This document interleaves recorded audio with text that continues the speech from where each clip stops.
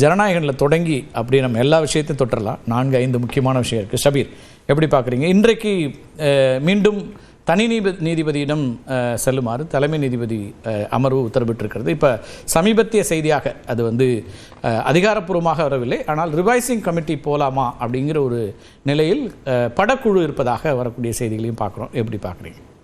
இது ஆக்சுவலாக ரிவைசிங் கமிட்டிலேயே இந்த பிரச்சனையை முடித்திருக்கலாம். இது நீதிமன்றத்துக்கு போனது அவசரப்பட்டு நீதிமன்றத்துக்கு போயிட்டோமோ, ஏன்னா நீதிமன்றத்துக்கு போனதுக்கு பிறகு அது அன்பிரிடிக்டபிள். நீங்கள் நீதிமன்றம் என்ன மாதிரியான முடிவுகளை எடுக்கும், என்ன மாதிரியான ஆர்டர்ஸை இஷ்யூ பண்ணும் அப்படின்றது அவங்க எதிர்பார்க்கலை. இப்போ தனி நீதிபதி கொடுத்த ஆர்டரை ஓரளவுக்கு ஜனநாயகன் படக்குழுவினருக்கு ஒரு ரிலீஃப். ஆனால் இமீடியட்டாக சென்சார் போர்டு மேல்முறையீட்டுக்கு 10 நிமிஷத்தில் போய் மென்ஷன் பண்ணி மேல்முறையீடு செய்து அதுக்கப்புறம் அங்கே ஒரு வேறு விதமான ஒரு தீர்ப்பு வந்ததெல்லாம் உண்மையிலேயே ஒரு பெரிய செட்பேக் தான். அவங்களுக்கு லீகலி அவங்க ப்ரிப்பேர்டாக இல்லை அப்படின்றது ஒரு ரொம்ப தெளிவாக தெரிஞ்சு என்ன பண்ணுறது அடுத்தது, இதை எப்படி சரி பண்ணுவது அப்படின்ற ஒரு கேள்வி. ரெண்டாவது, இன்னைக்கு வந்த ஆர்டர் உங்களுக்கு ஒன்று இது ரிவைசிங் கமிட்டிக்கு அனுப்பி நீங்கள் அங்கே போய் முடிவு பண்ணிக்கோங்க அப்படின்ற ஒரு ஆர்டரை இவங்க எதிர்பார்த்தாங்க. ஆனா அந்த ஆர்டர் வராம மறுபடியும் தனி நீதிபதிக்கே அப்படின்னும் போது இன்னும் கொஞ்சம் அவங்களுக்கு கால அவகாசம் கொடுத்து லீகல் ப்ராசஸா நம்ம பார்த்தோம்னா ஒரு நீண்ட காலம் ஆகலாம். தனி நீதிபதி உத்தரவு வந்தாலும் ஒருவேளை அதுக்கு மேல அப்பீல் போகிறதுக்கான வாய்ப்பும் சிபிஎஃப்சிக்கு இருந்தது. கரெக்ட். அது இங்க பெஞ்சுக்கு வரணும், அதுக்கப்புறம் உச்சநீதிமன்றம் போகணும் அப்படின்னு அது ஒரு நீண்ட பாதையாக இருந்திருக்கலாம். ஸோ இதுக்கு பின்னாடி என்ன இருக்குன்னா பேச்சுவார்த்தை நடத்துங்க, பேசுங்க அப்படின்றதா. நீங்க ரிவைசிங் கமிட்டிக்கு போனாலும் அங்கே நீங்க ஆர்கியூ பண்ணணும், மற்ற விஷயங்கள், அது ஒரு ப்ராசஸ் இருக்கும். அந்த ப்ராசஸுக்கு பின்னாடி ஒரு பொலிட்டிக்கல் ப்ராசஸ் அப்படின்றதும் இருக்கிறது. அந்த பொலிட்டிக்கல் ப்ராசஸ் தான் இன்னைக்கு திரு செங்கோட்டையன் அவர்கள் நம்ம எது பண்ணாலும் டெல்லி தலையிடுது அப்படின்னு சொல்றதுக்கான ஒரு அர்த்தம். அப்படிதான் நான் அதை டீகோட் பண்றேன். ஏன்னா உங்களுக்கு ஜனநாயகன் திரைப்படம், சிபிஎஃப்சி அதனுடைய நடைமுறை சட்டம் அப்படின்னு போறது, டிடிவி தினகரன்ங்கிறது அரசியல் கூட்டணி தொடர்பானது. ரெண்டையும் எப்படி ஒன்னா நம்ம பார்க்க முடியும்? இல்ல நீங்க கூட்டணி அப்படின்றது தாண்டி நீங்க விஜயுடைய எல்லா நடவடிக்கைகளிலும் தற்போது டெல்லியும் ரொம்ப இன்ட்ரெஸ்டாக இருக்கிறது அப்படின்றதும் நம்ம பார்க்கிறோம். ஏன்னா உங்களுக்கு அவசரமாக இந்த கூட்டணி என்பது ஒருங்கிணைக்கப்பட்டிருக்கிறது. எல்லோரையும் ஒரே மேடையில் ஏற்ற வேண்டும் அப்படின்ற ஒரு டெட்லைனை ஃபிக்ஸ் பண்ணிட்டு அந்த கூட்டத்துக்கு எல்லா தலைவர்களையும் அதுக்கு முன்னாடி ஏதோ ஒரு வகையில் பேசி என்ன டேர்ம்ஸ் அண்ட் கண்டிஷன்ஸ் எல்லாம் அப்புறம் நீங்க வாங்க மேடையில் ஏறுங்க அப்படின்ற அளவுக்கு அவர்கள் எல்லாம் ஒருங்கிணைக்கப்பட்டிருக்கிறார்கள். அதை பிஜேபியே முன்னிலைப்படுத்தி அதை செய்கிறது. அதிமுகவுக்கான அந்த ரோலே அங்க ரொம்ப கம்மியா இருக்கிற மாதிரி ஒரு தோற்றம். பாஜகவுடைய ஒரு பிரம்மாண்டமான ஒரு கூட்டம், பாஜகவுடைய ஒரு பிரம்மாண்டமான ஒரு முயற்சியாக அது இருக்கிறது. அதையும் தாண்டி இன்னும் பல கட்சிகளோட பாஜக பேசிட்டு இருக்காங்க, நாம் தமிழர் உட்பட. நாம் தமிழருக்கும் கடுமையான நெருக்கடி என்பது கொடுக்கப்படுகிறது. எந்த கட்சியும் விடக்கூடாது. நம்ம ஆப்போசிஷன் நெருக்கடின்னு சொல்ல முடியுமா? பேசுறாங்க, அது அவர்தான் முடிவெடுக்க. பாஜகவுடைய ஸ்டைல் வேற இல்ல. நீங்க பேசுறது அப்படின்றது வேறு விதமான நெருக்கடிகள் எல்லாம் கொடுப்பாங்க, ஒரு பிரஷர் அப்ளை பண்ணுவாங்க. அதுதான் நம்ம கடந்த காலங்களில் பார்த்திருக்கிறோம். அப்போ இந்த இதுலயும் அதுதான் நடந்திருக்கிறது. இப்ப நீங்க செங்கோட்டையன் அவர்கள் சொன்னது என்ன, ஓபிஎஸ் அண்ட் டிடிவி தினகரன் எங்களோட பேசிட்டு இருக்காங்க. திரு டிடிவி தினகரன் அவர்களும் தாவேகா கூட்டணி விஜய் பற்றி உயர்வா சொன்னாரு, ஒரு கூட்டணிக்கு தலைமை தாங்கக்கூடிய தகுதி இருக்குன்னு சொன்னாரு. கரெக்ட்.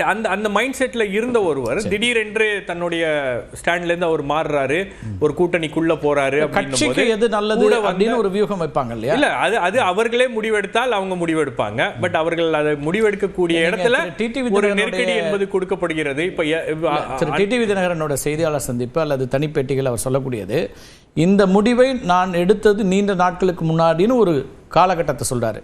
அப்போதே நான் போய் டெல்லியில் பார்த்து சொல்லிட்டு வந்துட்டேன் அப்படிங்கிறாரு. அப்போ இப்போ போய் அது மாறுச்சுன்னு நம்ம சொல்ல முடியுமா? அவர் இது இப்போ எடுத்த முடிவு அல்ல அப்படிங்கிறார். உரிய காலத்திற்காக நீங்க அதிமுகவை பொறுத்த வரைக்கும் அதிமுக எடுக்கின்ற முடிவுகளா இருக்கட்டும், அல்லது பாமக, குறிப்பா அன்புமணி ராமதாஸ் அவர்கள், டிடிவி தினகரன் அவர்கள், எல்லோருடைய முடிவுகளும் ஏதோ ஒரு வகையில் அதில் பாஜகவுடைய ஒரு இன்வால்மெண்ட் இருக்கிறது, பாஜகவுடைய ஒரு நெருக்கடி இருக்கிறது, பாஜகவுடைய ஒரு அழுத்தம் இருக்கிறது அப்படின்றது எல்லாருக்கும் தெரிந்த விஷயம்தான். அதன் அடிப்படையில் இந்த கூட்டணி அமைந்திருக்கிறது. அதனால தான் முதலமைச்சர் இதை ஒரு பிளாக்மெயில் கூட்டணி, நிர்பந்தத்தின் அடிப்படையில் எல்லோரும் ஒன்று கூடியிருக்கிறார்கள். ஏதோ ஒரு விதமான ஒரு அழுத்தம் என்பது கொடுக்கப்படுகிறது. இப்போ விஜயும் அழுத்தம் என்பது பேசியிருக்கிறார். அவர் எனக்கு அழுத்தம் இல்லைன்னா கூட தமிழக மக்களுக்கு அழுத்தம் அப்படின்ற விஷயங்கள்லாம் அவர் பேசுறாரு. ஏதோ ஒரு அழுத்தம் இருப்பதன் பேர்ல தான் அவரும் அந்த வார்த்தையை பயன்படுத்துறாரு. இல்லைன்னா அந்த கூட்டத்தில் அவர் அந்த வார்த்தையை பயன்படுத்த வேண்டாம். அதே மாதிரி எங்களுக்கு கொடுக்கப்படுகின்ற அழுத்தத்தினால நாங்க அடிபணிந்து போவதோ, அண்டி பிழை அழைப்பதோ அந்த மாதிரி ஒரு நிலைக்கு நாங்க போக மாட்டோம் அப்படின்னு ஒரு ஸ்ட்ராங் ஸ்டேட்மெண்ட் அவர் கொடுக்கிறார். சொல்றது மூலமா அவருக்கு ஒரு அழுத்தம் இருக்கு, ஒரு அழுத்தம் இருக்கிறது அப்படின்றத அவரும் வந்து வெளிப்படையாக பேசுகிறார். எல்லாருமே வந்து இப்போ அதை எப்போ பேசுவாங்க, எப்போ உடைச்சு பேசுவாங்க, எப்போ வெளிப்படையாக பேசுவாங்க, யார் அழுத்துறா? அதான் பாஜகவுடைய அழுத்தம் இருக்கிறது, எப்போ இருக்கிறது, எப்படி இருக்கிறது அப்படின்றத உடைச்சி பேசக்கூடிய காலம் எப்போ வரும் அப்படின்றத நாம எதிர்பார்க்க வேண்டியது. உடைக்காம கூட அவர் விமர்சனம் இப்ப அதிமுக பற்றி மட்டும்தான் வச்சிருக்காரு, பாஜகவை எந்த இடத்துலயும் அவர் விமர்சிக்கல. அப்ப அழுத்தம் இருக்குன்னா நேரடியா அவர் பாஜகவை தானே சொல்லியிருக்கணும், பாஜக அரசு இப்படி இருக்குது அல்லது பாஜகவுடைய கொள்கைகள் எது இருக்கு, அப்படி அவர் சொல்லலையே. அதிமுக பற்றி தானே அவர் விமர்சனம் வச்சிருக்காரு. இல்ல கரெக்ட், அவர் பாஜக பற்றியும் விமர்சனம் வைக்க வேண்டிய ஒரு கட்டாயத்துக்கு அவர் தள்ளப்படுவார். அந்த விமர்சனத்தை அவர் வைக்கணும். நீங்க பாஜகவை எதிர்க்கிறோம் அப்படின்னு வந்துட்டு நீங்க பாஜகவை எதிர்க்காமல் ஒரு அரசியல் எல்லாம் செய்ய முடியாது. விஜய்க்கு அந்த நெருக்கடியும் தற்போது உருவாகும். அவருக்கு இப்போதைக்கு அந்த படம் அப்படின்றது வந்து ஒரு 1000 கோடி ரூபாய் பிசினஸ் அப்படின்னும் போது அதை எப்படியாச்சும் வந்து அவருடைய அவருடைய பர்சனல் ப்ராஜெக்ட், அதுக்கும் வந்து அரசியல் ரீதியாக கட்சிக்கும் மற்ற விஷயங்களும் வந்து ஒரு தொடர்பு இருந்தாலும் அவர் அதை தொடர்பு படுத்த வேண்டாம் என்று நினைக்கிறார்.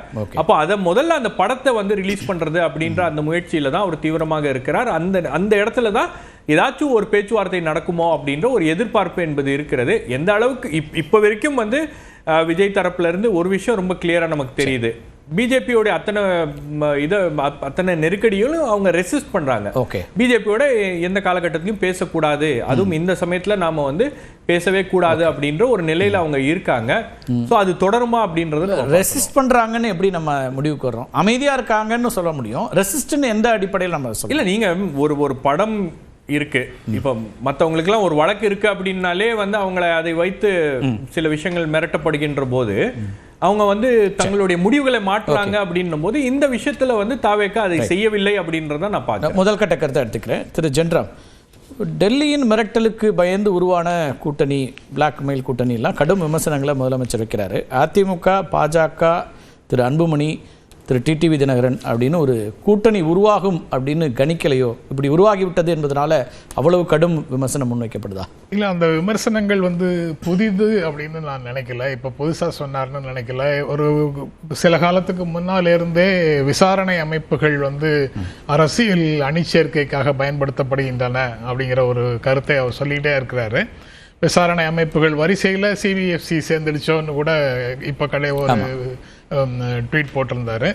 சிபிஎஃப்சியோட சேர்த்து இப்போ ஷபீர் சொன்ன தகவலை பார்த்தா என்ஐஏவும் வந்துருச்சோன்னு தோணுது. அந்த மாதிரி என்டிகேயோட பேசிட்டு இருக்கிறாருன்னு சொல்றது புதிதாக இன்னொரு ஏஜென்சியையும் சேர்க்கிற மாதிரி ஒரு பிம்பம் கிடைக்குது அதில்.